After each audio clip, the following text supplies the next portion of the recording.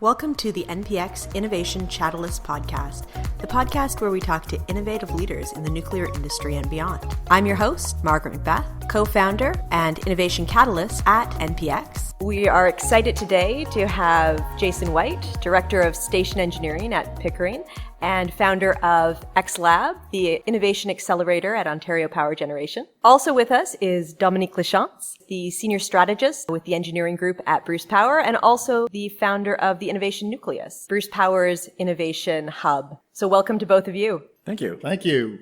Excited to be here. All right. So both of you, both engineers.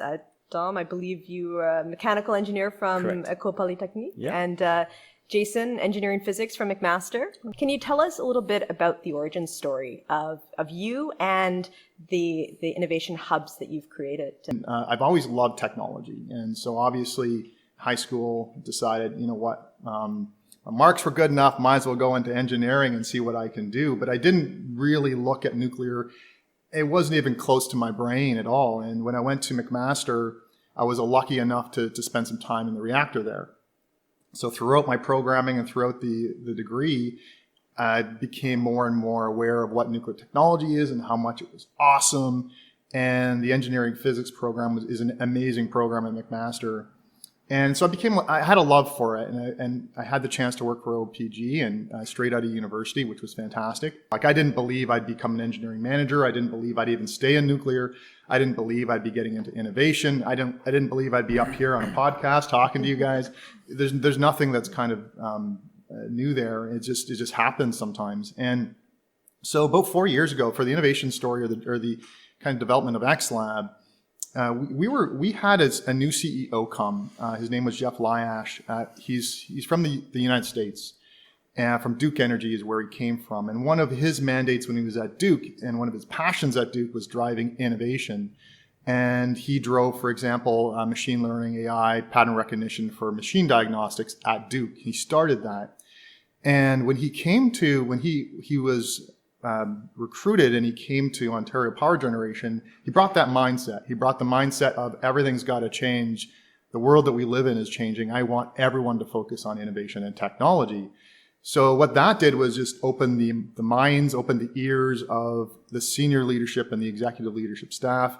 And normally what you do in nuclear is you put a fleet initiative together to see how you can change the culture and how you can change how we do business. And at the same time, I was becoming passionate about innovation and what we call intrapreneurship. So finding ways to innovate inside your company.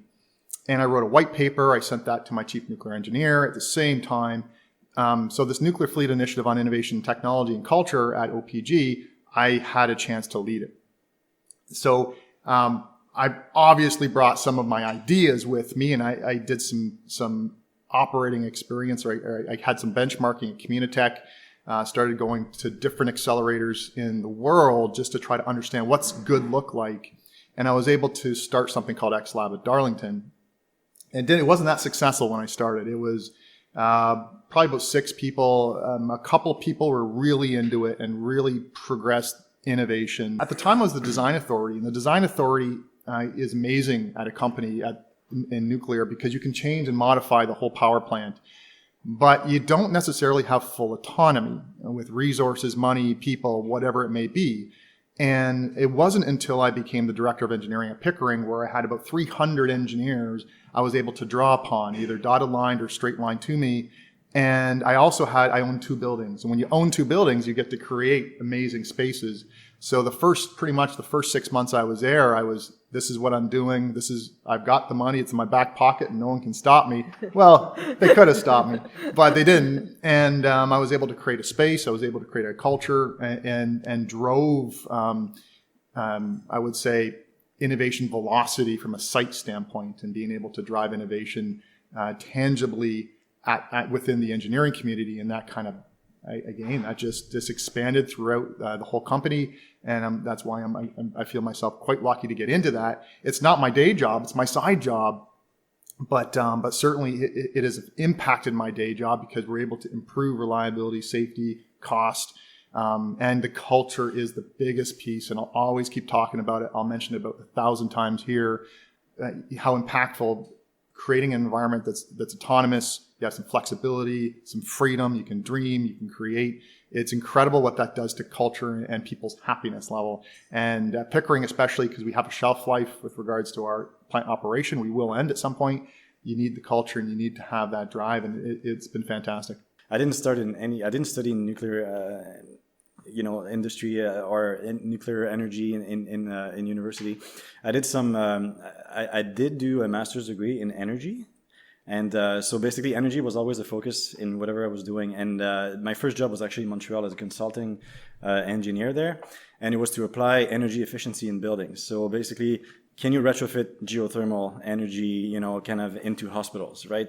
So very kind of pushing the limits on that level, but really not in the nuclear industry at all. And I always thought that how amazing would it be to actually apply these things at the source, right? So when this opportunity came up at Bruce Power, I just took it, even though I didn't start it as a really in my field. I just got in, and then I became a thermal performance engineer at Bruce Power, and I was able to apply, computer models to try to simulate the plant and see where there's opportunities and cross effects and synergies and so on, and try to really push the limit on that level. But it was not as easy. I find that my first experience with nuclear was a bit of a holy camole, this is like the 70s, what's going on here?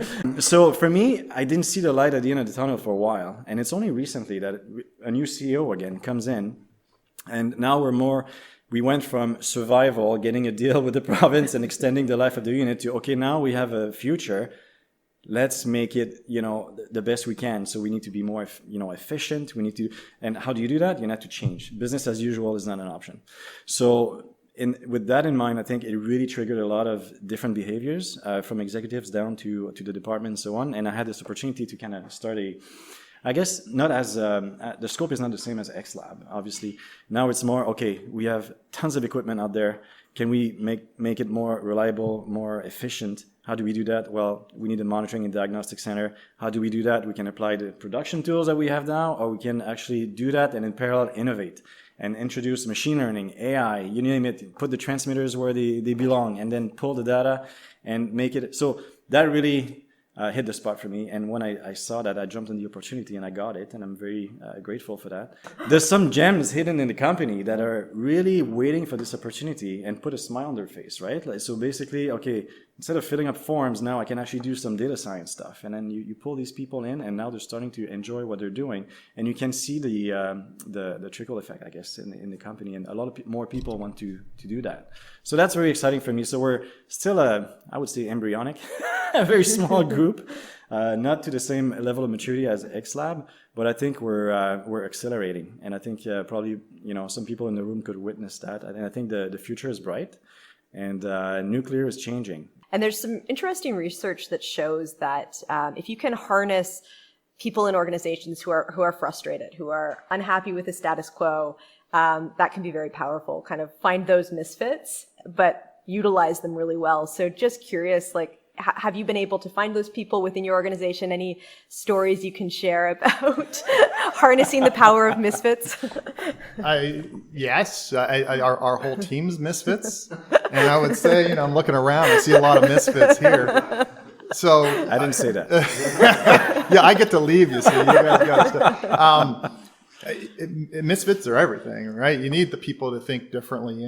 And when I started, it's really interesting, and you'll probably see it too, is when you start an innovation exercise where you're trying to create and think differently, I still remember quite clearly, I had my first meeting. So I pretty much invited 300 engineers to, hey, come on up if you want to be part of this innovation exercise.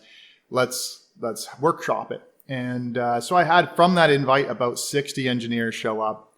And I could tell some got it and some were, frankly, no. And I had another meeting after that, 20 people showed up. And then the meeting after that, about 8 people showed up, and those were my misfits. Diversity of thought is so incredibly important. And in the nuclear industry, and these guys will see it because they're not born and bred in the 60s nuclear industry. And the thought process is so darn the same. And the backgrounds are so darn the same that it impacts your performance directly. So you must bring in people that think differently, different cultures, different ways of thinking, different upbringings, different ages, different everything, and different skill sets. And that's is so incredibly important. So the misfits are kind of everything. You build a company on misfits. You don't build a company on the status quo, right? Thank you both so much. One, for your energy and enthusiasm, and I think just conveying both your journeys, but also your excitement for where this industry is going is really powerful. So thank you both so much. Thank you. Thanks for listening to the NPX Innovation Chatalyst podcast. To hear the full podcast and to subscribe, you can go to Apple Podcasts, Google, or wherever podcasts are available.